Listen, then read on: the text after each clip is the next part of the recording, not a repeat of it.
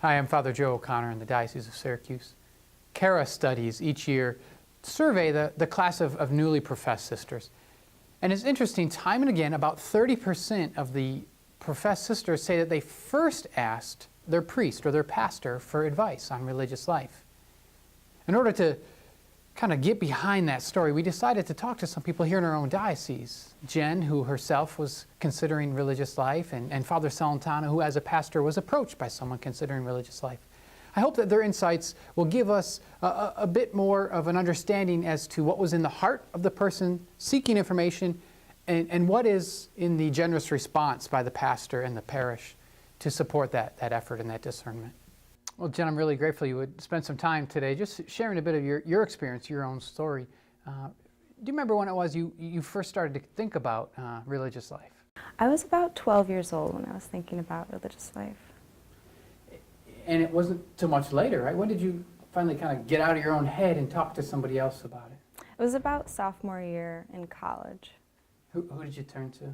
A friend and I were talking about it, and he told me to reach out to a priest in the diocese. What were you looking for? Why did you want to reach out to a priest? I was looking for someone who understood what I was talking about and wouldn't think I was crazy for discerning a vocation to religious life. And someone that would guide me in my discernment of God's call. I'll say it's been a good choice. It's been fun walking with you, hearing the many twists and turns that that happen as we follow God's call. What along the journey has been most helpful for you, as we are connecting? I think when you helped me contact Sister Karen Crook, and I was able to meet with other sisters and see how they lived, and to see the similarities and differences and where I felt most called with orders and everything. Mm-hmm. As you think about, there are probably other girls in your situation, other young women looking for that advice. Why do you suppose they turn to the priest, for their first source of information? I think because they're most comfortable with a priest because they see them at Mass and they might be talking to them regularly, and they know that a priest understands what it's like to discern a call to a religious life. As you know, there are some priests who maybe feel hesitant about who am I to give advice to a young woman. I'm not a nun. How do I know how to help a sister in this situation or a young girl in this situation? What advice would you offer those priests? How can they best counsel someone that was in your situation? I would tell a priest to not push a girl either way, and that to let the girl know that God will still love them even if they don't decide to become a religious sister, and just to not push a girl either way, and to be comfortable with whatever the girl decides to do, and to help them find their vocation. Awesome. What about the young girl who might be wondering, who do I talk to about this? What advice would you have for someone that was in your shoes a couple years back? Yeah, I would say reach out to many different people in addition to the priest, and talk to your family and your and religious sisters, and ask the priest, do you know any religious sisters I could talk to? Because if you see how different sisters live, then it might help you in your discernment. That's awesome. Thank you very much for your time and for sharing some of your insights. Thank you. Father Salentano, thank you very much for taking some time to be with us today. It's my understanding that as a pastor, you've had the experience of a young woman asking for some advice on religious life.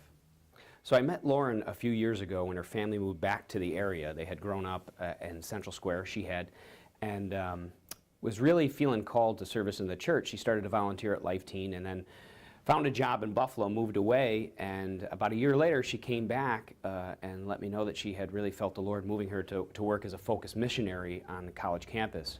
And we talked a little bit, and I encouraged her with that, and we touched base periodically over the span of the next year and a half, and every time it seemed to be some sort of desire welling up in her heart for something more. And it was exciting after she had finished her stint, her 2 years with Focus, that she came back and really felt the call to enter religious life. Now, it is interesting that the young girls often turn to their priest or their pastor for help and advice.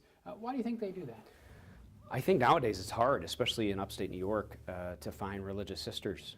And so who do they trust? Who's the next person that they would trust? Well, a parish priest. And since we had worked together in Life Teen, I think that just lent itself to Lauren and I having somewhat of a relationship that she could trust, or at least wanted to bounce some things off of me. And I think your parish priest is really that next line of defense. Now, as the parish kind of started to understand this was happening, what was the impact that made on the parish, her considering religious life? Well, at first it was getting to know Lauren because she had been away for a while, but as we talked a little bit about it, there was a buzz. There was a little bit of excitement. There was certainly questions. They had remembered at St. Michael's, which now Divine Mercy, they had remembered at St. Michael's they had a religious sister years ago. And so their point of reference was one of, well, she used to teach, she would help out pastoral care areas, but we really haven't seen a sister in 20 years. What would make a young girl or young woman want to do this?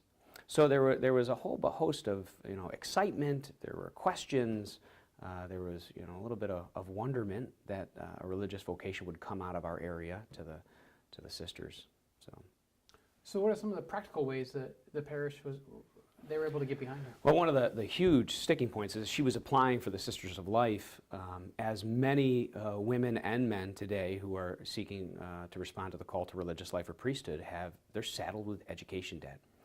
This isn't irresponsible debt, it's just the debt of going to college, which we all need a college degree in order to get into these programs anyways. And so as she was trying to discern a way and figure out a way with her family how she could afford going into religious life, we were praying and talking, and I had read some articles years ago when I was in seminary about similar situations and how parishes or even institutions were kind of forming to help people by taking over their payments, and if they made their final vows, then they would find in that span of time someone to be able to take over the loans. Well, it so happened that Lauren's father works in the banking industry as well, so we were able to discuss with our finance committee and some people in the parish setting up a trust so that people could donate to Divine Mercy's vocation fund, and then that fund would pay the monthly fee for her loans. And once they get to her final profession of vows, if she, God willing, gets there, the family has been raising money on the side as well. So parishioners were excited about that opportunity. They have actually, given to that. She's traveled throughout the diocese and around the surrounding areas and told people about her story and asked if they were willing to support her as a postulant and in her formation. And it was her excitement, her joy, her commitment to following God's will in her life that really just kind of fired up the people to support this. It's exciting to see a young person, especially a young woman nowadays, say, I want to be the bride of Christ. I want to follow Jesus in this way, in a radical way of loving him. And so the parish is excited to support it. That's good to hear. As you think about some of our brother priests that are in parishes being approached by a young woman, and maybe being overwhelmed by that, like what advice do you have for the priest who's being approached? Well, I've been blessed to go through some spiritual formation after seminary with the Institute for Priestly Formation. And although it was primarily focused on, first, priestly identity, and secondly, spiritual direction for anyone, that program and the readings and even just the style of prayer has helped me realize that I need to be, as a priest, at the service of someone like this, at their relationship with God. So it's nothing that I can do, it's what God is doing. And can I assist them in their prayer and being open and discerning, being committed and challenging and encouraging them. But it's not as though someone presents me a resume and I have to make a judgment on whether they should do this or not. The question is, what is Jesus calling you to? What's the Father's will in this? And where's the Holy Spirit guiding and leading them? Beautiful. So as long as any priest in our diocese is able to be that father for the discerner, and to be a father who's proud of the whole parish community, it seems to me there's a pretty healthy exchange. I think a good image is father, because just like a good father would encourage their child to go into whatever walk of life they want to go, they may not know that path, but they certainly know what it takes in order to be successful or in order to be devoted. So as a priest, I would just encourage them to focus on prayer. We can't give what we don't have. So it's hard because there are more demands on us as pastors nowadays. It's basically relating what's going on with ourselves to God and receiving what the Lord has to offer us, and then responding to it. So if we do that in our own lives, we'll be able to help others do the same. So with gratitude to Father Chris and to Jen, I think each one of us can understand that there's really no need to be an expert in order to assist the young girl who comes in looking for advice. In fact, our expertise is listening and holding them in our hearts with love. After all, the girl who approaches you calls you what? Father. And if we can just be a father for them, loving them as they are, excited that they're open to whatever it is God wants them to, they're going to pick up that love and support, and that will do so much more for them than any expertise ever would. And in the end, really, it's important to notice that it's not about you and that you say it just right. It's not even about her that she gets it just right, but it's about Jesus. Is her focus on Jesus. And as long as you are focused as well on the Lord, I think that just draws her attention into that important gaze, that encounter with the Lord, and Jesus is the one who will guide her discernment and her vocation. One more thing, I hope you noticed how important this was for the parish. How excited the parish was that someone in their pews, someone they had seen grown up in religious ed or altar serving or as a lector, had been away to college, is considering religious life. Do the best we can to tell those stories in our parish.